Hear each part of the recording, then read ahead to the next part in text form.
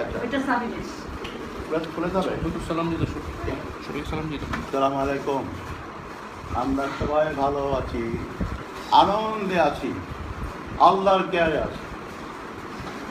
আল্লাহ তার কেয়ারে থেকে তার কোনো ভয় নেই, কি বলো? এবং শয়তানের চক্রান্ত অবশ্যই দুর্বল। ইন্না কাইদা শাইতানু কানা দাইফা। আসসালামু আলাইকুম। শহীদ মীর কাসেম আলীর একটি গোপন ভিডিও ভাইরাল হয়েছে।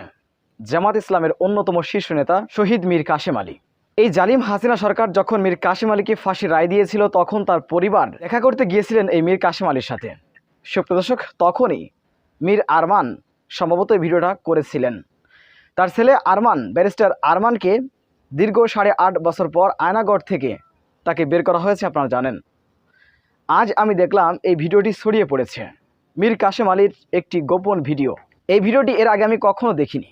সেখানে মীর কাসেম আলী যে কথাগুলো বলেছেন, তার ফাঁসির রায় হওয়ার পরে ফাঁসি দিবেন, তার পরিবার, তার স্বজনরা দেখতে গিয়েছেন। সেখানে তিনি বেলুন ফোঁয়াচ্ছেন এবং তার নাতিদের সেই বেলুনগুলো হাতে দিচ্ছেন এবং কোরআন এবং সুন্নাহ থেকে যে কথাগুলো তিনি বলছেন, একজন মানুষ ফাঁসির রায় প্রাপ্ত, কিছুক্ষণ পর তার ফাঁসি হবে, সেই মানুষগুলো যে কথাগুলো বলছেন, আপনারা অবাক হয়ে যাবেন ইমান তাদের কোন পর্যায়ে ছিল, জামাতের এ সকল নেতাদের ইমান কোন পর্যায়ে ছিল। শহীদ মীর কাসেম আলীর এই বক্তব্যটি শুনলে আপনারা বুঝতে পারবেন। সুপ্রিয় দর্শক, সেই ভিডিওটি দেখাবো। তার আগে একটি কথা বলতে চাই, শহীদ মীর কাসেম আলী যিনি ইসলামী ব্যাংকের প্রতিষ্ঠাতা, তার টাকা পয়সা ধন দৌলতের অভাব ছিল না, কিন্তু এই জালিম সরকারের কাছে কিন্তু সে মাথা নত করেনি। তাকে নানা প্রস্তাব দেওয়া হয়েছিল, তার ইমানের সাথে সে বেইমানি করেনি। ফাঁসির রশিকে হাসি মুখে বরণ করে নেওয়া এই নেতার যে কথাগুলো ফাঁসির আগে বলেছিলেন, আপনারা অবাক হয়ে যাবেন। চলুন আমরা সেই ভিডিওটি দেখে আসি।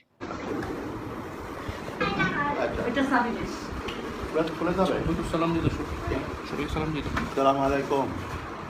আমরা সবাই ভালো আছি, আনন্দে আছি, আল্লাহর কেয়ারে আছি। আল্লাহ তার কেয়ারে থেকে তার কোনো ভয় নেই, কি বলো? এবং শয়তানের চক্রান্ত অবশ্যই দুর্বল। ইন্না কাইদা শাইতানু কানা দাইফা। ইনশাআল্লাহ শয়তান পরাজিত হইবে, আল্লাহ বিজয়ী হবে ইনশাআল্লাহ। নিঃসন্দেহে ইবলিস নিয়ে চক্রান্ত, আল্লাহ বাংলাদেশকে লাস্টে আল্লাহ বাংলাদেশকে মুশরিকদের গোলাম করে দেবেন না ইনশাআল্লাহ।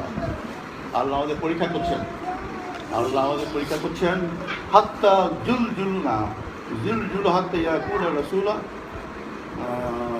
হাত্তা নাসরুল্লাহ আলা ইন্না নাসরুল্লাহ করিব। রায় এক পর্যন্ত জুল ভাব ছিল না, রায় হওয়ার পর জুল ভাব চলে আসছে। এখন আল্লাহ সাহায্য ইনশাআল্লাহ। নিঃসন্দেহে ইহা একটি শয়তানের চক্রান্ত, এবং শয়তানের চক্রান্ত পরাজিত হবেই। আল্লাহ বাংলাদেশের 16 কোটি মানুষকে মুশরিকদের হাওলা করবেন না ইনশাআল্লাহ। আমরা অবশ্যই বিজয়ী হই ইনশাআল্লাহ।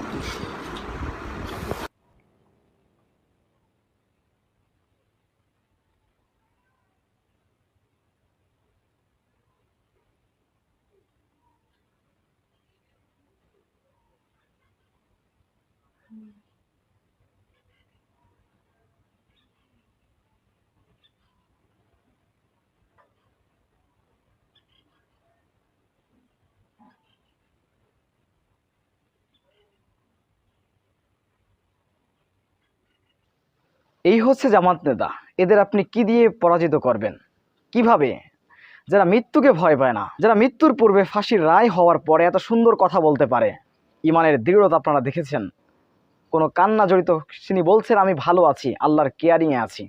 কত সুন্দর কথা তিনি বলেছেন। পৃথিবীতে কয়জন ব্যক্তি আছে তার মৃত্যুর ঘটনা ফয়সালা হওয়ার পরে, ফাঁসির রায় হওয়ার পরে এত সুন্দর কথা বলতে পারে? অতএব জামাত ইসলামকে কখনো এদেশের বিএনপি বলেন বা আওয়ামী লীগ বলেন, অনেকে ভয় ভীতি দেখান, কিন্তু জামাত শিবিরকে কখনো পরাজিত করা সম্ভব নয়। আমার এটা মনে হয়, আমার বিশ্বাস। কারণ আওয়ামী লীগ 16 বছর 17 বছর যা করেছে জামাত শিবিরের পরে, স্টিম রোলার চালিয়েছে, চিরুনি তল্লাশির মাধ্যমে এদেশে জামাত শিবিরের নেতাকর্মীদেরকে যে নির্যাতন নিষ্পেষণ করেছে, এটা ইতিহাসকে হার মানায়। অতএব আওয়ামী লীগ কিন্তু কিছু করতে পারেনি।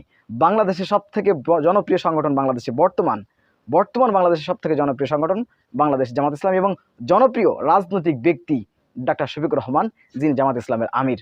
অতএব যদি অন্য কেউ আবারও জুলুম নির্যাতন করে জামাত ইসলামকে নিঃশেষ করে দিতে চায়, তাহলে আমি বলবো তারা বোকার স্বর্গে বসবাস করছে, বারবার বোকামি করছে। জামাত ইসলাম, ইসলামী ছাত্র শিবির একটি আদর্শবাদী দল, আদর্শকে কখনো শক্তি দিয়ে পরাজিত করা যায় না। সুপ্রদর্শক, মীর কাসেম আলীর বক্তব্যটি আপনারা কীভাবে দেখছেন? ফাঁসির পূর্বে তিনি যে কথাগুলো বলেছেন এটি আপনারা কীভাবে দেখছেন? অবশ্যই আপনাদের মূল্যবান মন্তব্য কমেন্ট বক্সে জানাবেন। সবসময় সত্য নির্ভরশীল তথ্য পেতে স্বাধীন বাংলা ইউটিউব চ্যানেলটি সাবস্ক্রাইব করে আমাদের সাথে থাকুন। আসসালামু আলাইকুম রহমতুল্লাহি ওয়া বারাকাতুহু।